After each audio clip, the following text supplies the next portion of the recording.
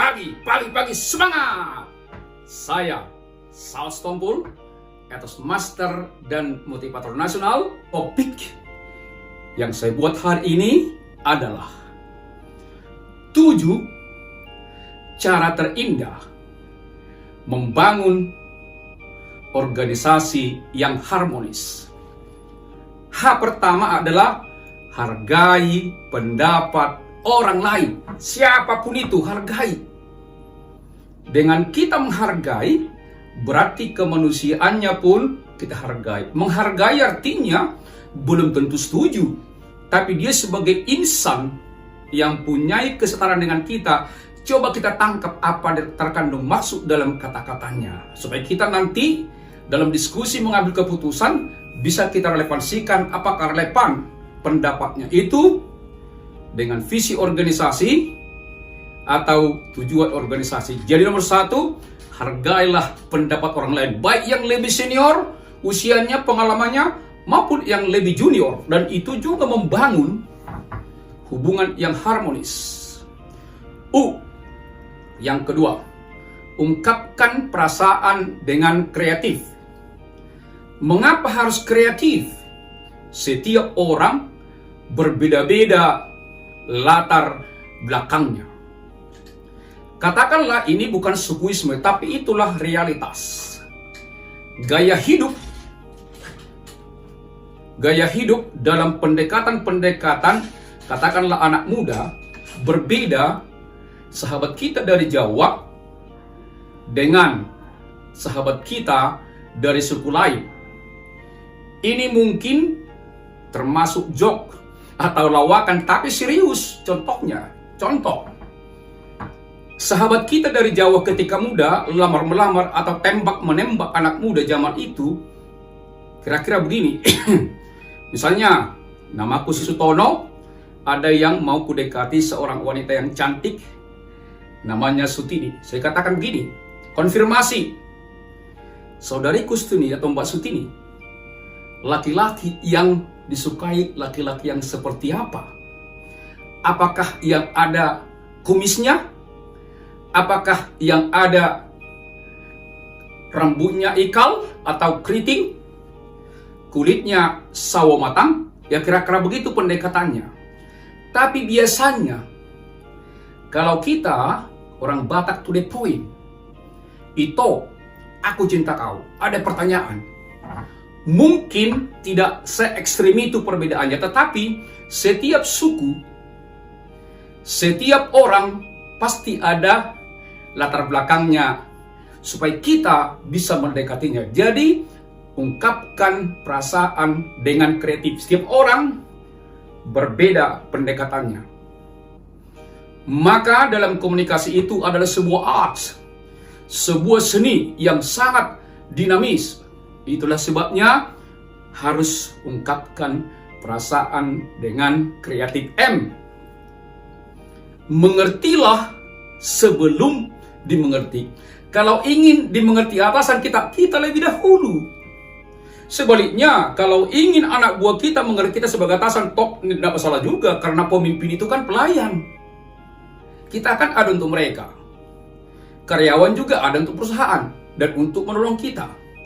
Ini satu pelajaran. Bagi staf digaji adalah untuk menolong perusahaan, untuk menolong pemimpin, untuk menolong perusahaan supaya maju. Fungsi gaji kita itu yaitu memberikan kontribusi. Juga yang perlu disadari, bonus itu kebaikan, bukan hak kita, tetapi itu kebaikan perusahaan dan juga pemimpin.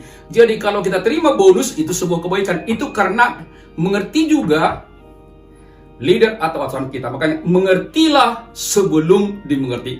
Kalau ingin orang lain mengerti kita, mari kita lebih dahulu mengerti dia, pasti mantap.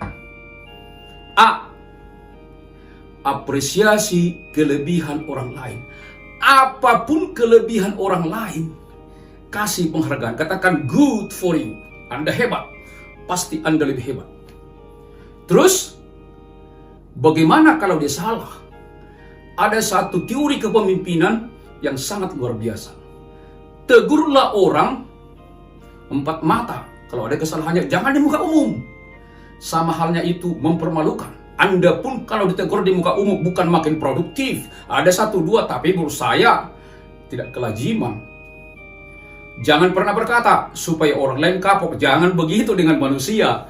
Lebih efektif, lebih familiar, lebih humanis kalau orang yang salah tegur empat mata. Tapi kalau dia berprestasi, kasih apresiasi di muka umum. Luar biasa, Mr. Bambang. Luar biasa, Mr. Anas berprestasi. Saya percaya yang lain pasti bisa. Tapi jangan salah kaprah. Dipuji orang dibandingkan dengan orang. Itu pun gak produktif. Angkat satu orang yang berprestasi, ajak juga yang lain. Pasti dahsyat, luar biasa. Tegurlah orang empat mata, pujilah kelebihan di muka umum. N. Nyatakan perbedaan pendapat dengan santun. Artinya apa? Kalau ada perbedaan pendapat kita dengan orang, jangan katakan salah.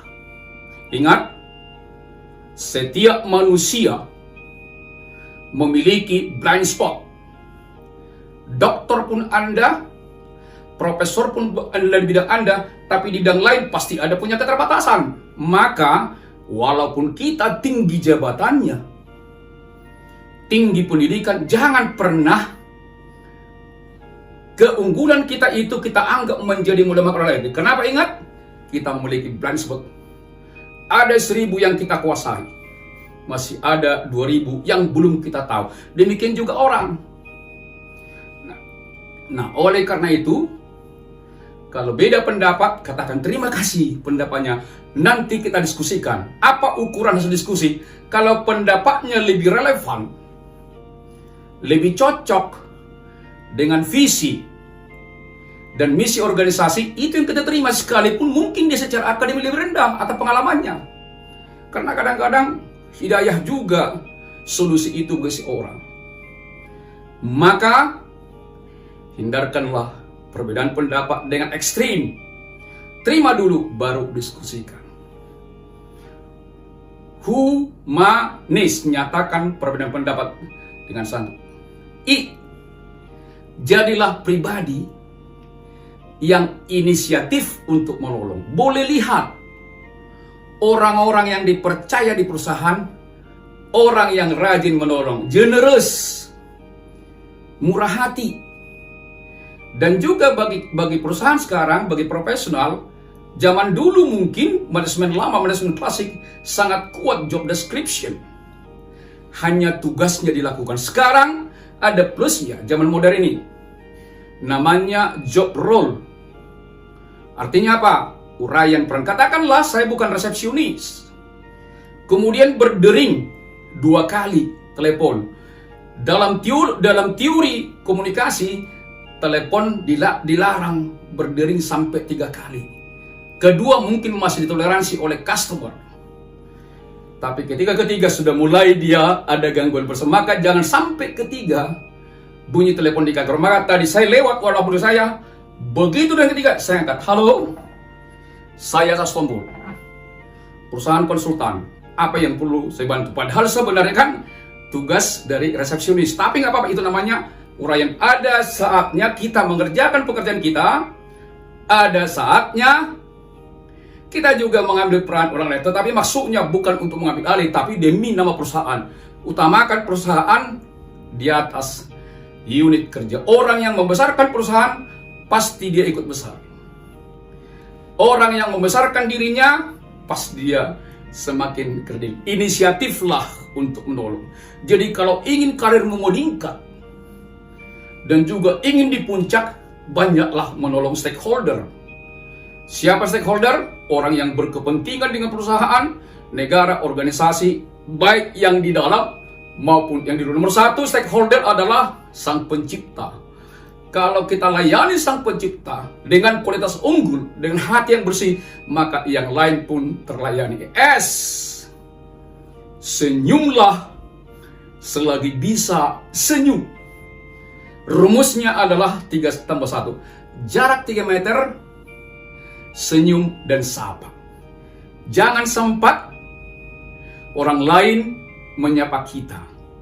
Baiklah kita terlatih menyapa orang lain, minimal lepas senyuman. Dalam teori psikologi, kalau kita senyum dengan orang, dia membalas senyuman kita asal kita tulus, dipastikan 99% dia menerima kita dan dia bersahabat dengan kita. Nah, oleh karena itu, mari kita bersepakat sebangsa tanah air, yang penting membangun bangsa ini, perkuatlah budaya humanis sebagai sebagai cara yang terbaik untuk membangun organisasi yang harmonis. Saya adalah seorang YouTuber, bisa berkunjung ke YouTube saya, Saus Tompul Motivator. Bila mana dibutuhkan pelatihan 8 etos kerja profesional, leadership, character development, dan juga training of trainers dan motivasi superior, siap untuk menggetar. Itulah yang bisa saya bagikan kepada sahabat-sahabat pembelajar. Saya percaya sahabatku mendapat penguatan. Tetapi yang paling bagus, kalau ada yang baik di sini, bagikanlah kepada ribuan orang. Tapi kalau kurang berkenan, mohon daku dimaafkan. Burung Irian Cendrawasih. Sekian dulu dan terima kasih. Saya Saus Tompul, etos master dan motivator nasional. Salam etos, bigger, higher, better, good, good, good. Semangat, semangat, semangat.